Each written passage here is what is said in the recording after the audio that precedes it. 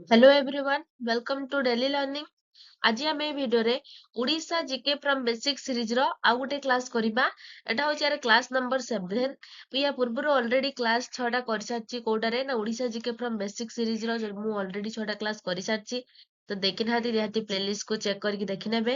तो आज आम भिडियो रे MCQ on Mayur dynasty and Orissa जो मयूर डायनेस्टी जो रही चंद्रगुप्त विषय रे अशोक विषय रे आज आम डिस्कशन करिबा।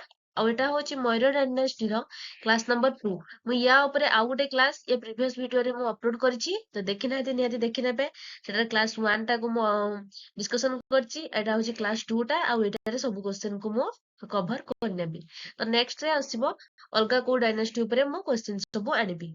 ତ ଆଜିର ଫାର୍ଷ୍ଟ କ୍ୱେଶ୍ଚନ କଣ ରହୁଛି देखिए Ashoka spread Buddhism to a Ashoka Buddhism को कुआडे कुआडे सब स्प्रेड करछन्ती बोली पचारुची। आमे जानिचंती जेतेबेले जो कलिंग वार हेतिला तापरे जो दया नदी को रक्तर नदी हे जाइतिला आ अशोका सेठी कोन ना चंडाशोक रु धर्माशोक हे जाइतिले आ से तापरे कोन ना बुद्ध धर्म ग्रहण कर देथिले आ से बुद्धिज्म को कुआडे कुआडे से जदि आमे देखिबा स्प्रेड करथिले कुआडे ना श्रीलंका नेपाल आ सेंट्रल एशिया एई सब एरिया मानकर ही से कोन करथिले ना बुद्धिज्म को स्प्रेड କରିଥିଲେ। नेक्स्ट क्वेश्चन कहिଛି ଅଶୋକା's daughter was ଯଦି ଆମେ ସେପଠି କଣ ପଚାରୁଛି ନା ଯୋଉ ଅଶୋକଙ୍କ ଡଟର ବା ଝିଅର ନାଁ କଣ ଥିଲା ବୋଲି ପଚାରୁଛି। କଣ ଥିଲା ନା ସଂଘମିତ୍ରା ଥିଲା ତାଙ୍କ ଝିଅର ନାଁ କିସ ଥିଲା ନା ସଂଘମିତ୍ରା। ନେକ୍ସଟ କ୍वेଶ୍ଚନ କହିଛି Ashoka used which language in his inscription ଯଦି ସେ ପଚାରୁଛି କଣ ନା ଅଶୋକ ତାଙ୍କ ଇନସ୍କ୍ରିପସନ ରେ କୋଉ ଲାଙ୍ଗୁଏଜ କୁ ୟୁଜ କରିଥିଲେ ବୋଲି ପଚାରୁଛି। କୋଉଟାରେ ନା ପ୍ରାକୃତ ଲାଙ୍ଗୁଏଜ କୁ ସେ ୟୁଜ କରିଥିଲେ। କୋଉ ଲାଙ୍ଗୁଏଜ କୁ ୟୁଜ କରୁଥିଲେ ନା ପ୍ରାକୃତ ଲାଙ୍ଗୁଏଜ କୁ। ନେକ୍ସଟ क्वेश्चन କଣ କହିଛି Odisha was known as days in ancient times ତାହେଲେ ସେ ପଚାରୁଛି କଣ ନା ଓଡିଶାର ତାର ancient time ରେ ତା ନାଁ କଣ ଥିଲା ବୋଲି ଏଠି ସେ ପଚାରୁଛି। କଣ ଥିଲା ନା ଓଡିଶାର ନାଁ କଣ ଥିଲା ନା କଳିଙ୍ଗ। କଣ ଥିଲା କଳିଙ୍ଗ ଥିଲା ଓଡିଶାର ନାଁ। ଆଗରୁ ଓଡିଶାକୁ କଣ କୁହାଯାଉଥିଲା ନା କଳିଙ୍ଗ ବୋଲି କୁହାଯାଉଥିଲା। ନେକ୍ସଟ क्वेश्चन କହିଛି Kalinga war was fought between ତାହେଲେ କଳିଙ୍ଗ war କେବେ ହେଇଥିଲା ନା 261 BC ରେ ହେଇଥିଲା କଳିଙ୍ଗ war। କାହା ମଧ୍ୟରେ ହେଇଥିଲା ଯଦି ଆମେ ଦେଖିବା କାହା ଭିତରେ ନା ଅଶୋକ ଆଉ କଳିଙ୍ଗ ରାଜା ମଧ୍ୟରେ ହେଇଥିଲା କୋଉଟା କଳିଙ୍ଗ war ଟା। କୋଉଠି ହେଇଥିଲା ନା ଦୟାନଦୀ କୂଳରେ ହେଇଥିଲା। କେବେ ହେଇଥିଲା ନା 261 BC ରେ।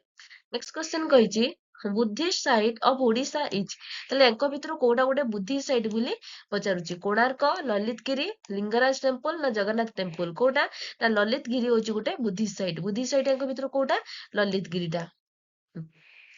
ନେକ୍ସଟ କ୍वेଶ୍ଚନ କହିଛି ଇମ୍ପୋର୍ଟାଣ୍ଟ ବୁଦ୍ଧିଷ୍ଟ ସାଇଟ୍ ଇନ ଓଡିଶା ଆର୍ ତାହେଲେ ଏଙ୍କ ଭିତରୁ ଯଦି ଆମେ ଦେଖିବା ତାହେଲେ ଇମ୍ପୋର୍ଟାଣ୍ଟ ବୁଦ୍ଧିଷ୍ଟ ସାଇଟ୍ ସବୁ କିଏ କିଏ ରହୁଛି ନା ଲଳିତଗିରି ରହୁଛି, ରତ୍ନଗିରି ରହୁଛି, ଉଦୟଗିରି ରହୁଛି ଆଉ ଧଉଳିଗିରି ରହୁଛି। ଏ ସବୁ ରହୁଛନ୍ତି କଣ ନା ଇମ୍ପୋର୍ଟାଣ୍ଟ ବୁଦ୍ଧିଷ୍ଟ ସାଇଟ୍ ରହୁଛି।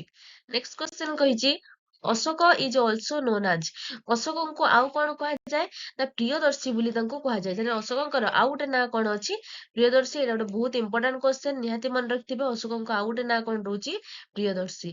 ନେକ୍ସଟ କ୍वेଶ୍ଚନ ଦେଖିବା ଅଶୋକ ରୋଲ୍ଡ ଡ୍ୟୁରିଂ ଅଶୋକ କୋଉ ସମୟରେ ସେ ରାଜତ୍ୱ କରୁଥିଲେ ବୋଲି ପଚାରୁଛି। କେବେ ନା ଥାର୍ଡ ସେଞ୍ଚୁରୀ ବିସି ଟାଇମ ରେ ଅଶୋକ ରୋଲ କରୁଥିଲେ। କୋଉ ଟାଇମ ରେ ନା ଥାର୍ଡ ସେଞ୍ଚୁରୀ ବିସି ଟାଇମ ରେ ସେ ଅଶୋକ ରୋଲ କରୁଥିଲେ। ନେକ୍ସଟ କ୍वेଶ୍ଚନ କହିଛି ଅଶୋକ ଇନସ୍କ୍ରିପସନ ଆର୍ କଲ୍ଡ ଏଇ ଅଶୋକଙ୍କ ଇନସ୍କ୍ରିପସନ କୁ କଣ ଯାଉଥିଲା ବୋଲି ପଚାରୁଛି। ବେଦ, ଏଡିକ୍ଟ, ପୁରାଣ ନା ସୂତ୍ରାଜ। କଣ ନା ଅଶୋକଙ୍କ ଇନସ୍କ୍ରିପସନ କୁ ଏଡିକ୍ଟସ ବୋଲି କୁହାଯାଉଥିଲା। କଣ କୁହାଯାଉଥିଲା ଏଡିକ୍ଟସ। ନେକ୍ସଟ କ୍वेଶ୍ଚନ କହିଛି ଦେଖିବ ଅଶୋକ ବିଲ୍ଟ ମେନି ଡେସ୍ ଯଦି ଆମେ ଦେଖିବା ଅଶୋକ ବହୁତ ସାରା କଣ ତିଆରି କରିଥିଲେ। ଅପସନ ଅଛି ମସ୍କ୍ୟୁ, ସ୍ତୂପସ୍, ଚର୍ଚେସ୍ ନା ଫୋର୍ଟସ୍। କୋଉଟା ନା ଅଶୋକ ବହୁତ ସାରା ସ୍ତୂପ ସବୁ ନିର୍ମାଣ କରିଥିଲେ। କଣ ନିର୍ମାଣ କରିଥିଲେ ବହୁତ ସାରା ସ୍ତୂପ।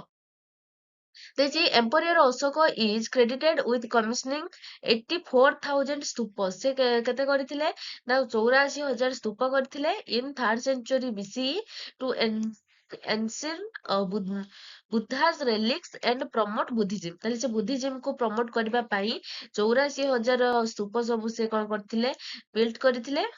while most are lost notable surviving or historically recognized stupas commissioned or originally built by Ashok ଏଙ୍କ ଭିତରୁ କିଏ କିଏ ରହୁଛି ନା ଗ୍ରେଟ ସ୍ତୂପ ଏଠି ସାଞ୍ଚି ଯୋଉ ସାଞ୍ଚି ସ୍ତୂପ ଯୋଉଟା କି ମଧ୍ୟପ୍ରଦେଶରେ ଅଛି।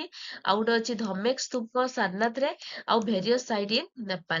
ଯଦି ଆମେ ଦେଖିବା କିଛି ଲିଷ୍ଟ ଯଦି ଦେଖିବା କୋଉଟା ରହୁଛି ନା ଫାର୍ଷ୍ଟ ରହୁଛି सांची स्तूप कोठी ना मध्य प्रदेश रे सेकंड रोची कोठी ना धमक स्तूप कोठी ना सारनाथ उत्तर प्रदेश रे आउ गोटे रोची कोन ना भारहत स्तूप रोची मध्य प्रदेश रे आउ गोटे होची कोन ना पिपराहवा स्तूप रोची मध्य सॉरी उत्तर प्रदेश रे रोची नागार्जुना कोंड स्तूप जोटे आंध्र प्रदेश रे रोची लुम्बिनी स्तूप रोची नेपाल रे आउ गोटे होची कोन ना चौखंडी स्तूप कोड रोची ना सारनाथ उत्तर प्रदेश रे नेक्स्ट क्वेश्चन कहिची national emblem of India is taken from हम जो नेशनल एम्ब्लेम टा कोठु निया जायछि बोली पचारुछि कोठु ना अशोक लायन कैपिटल रु ही निया जायछि कोठु निया जायछि ना अशोक लायन कैपिटल रु नेशनल एम्ब्लेम टा को निया जायछि Ashoka's son who spread Buddhism was ତାହେଲେ ଅଶୋକଙ୍କ ପୁଅ ସେ ବୁଦ୍ଧିଜିମ୍ କୁ ସ୍ପ୍ରେଡ କରିଥିଲେ ତାଙ୍କ ନାଁ ଏଠି କଣ ପଚାରୁଛି ଯଦି ଆମେ ଦେଖିବା ମହେନ୍ଦ୍ର ଯିଏକି ଅଶୋକଙ୍କ ପୁଅ ସେ ବୁଦ୍ଧିଜିମ୍ କୁ ସ୍ପ୍ରେଡ କରିଥିଲେ କିଏ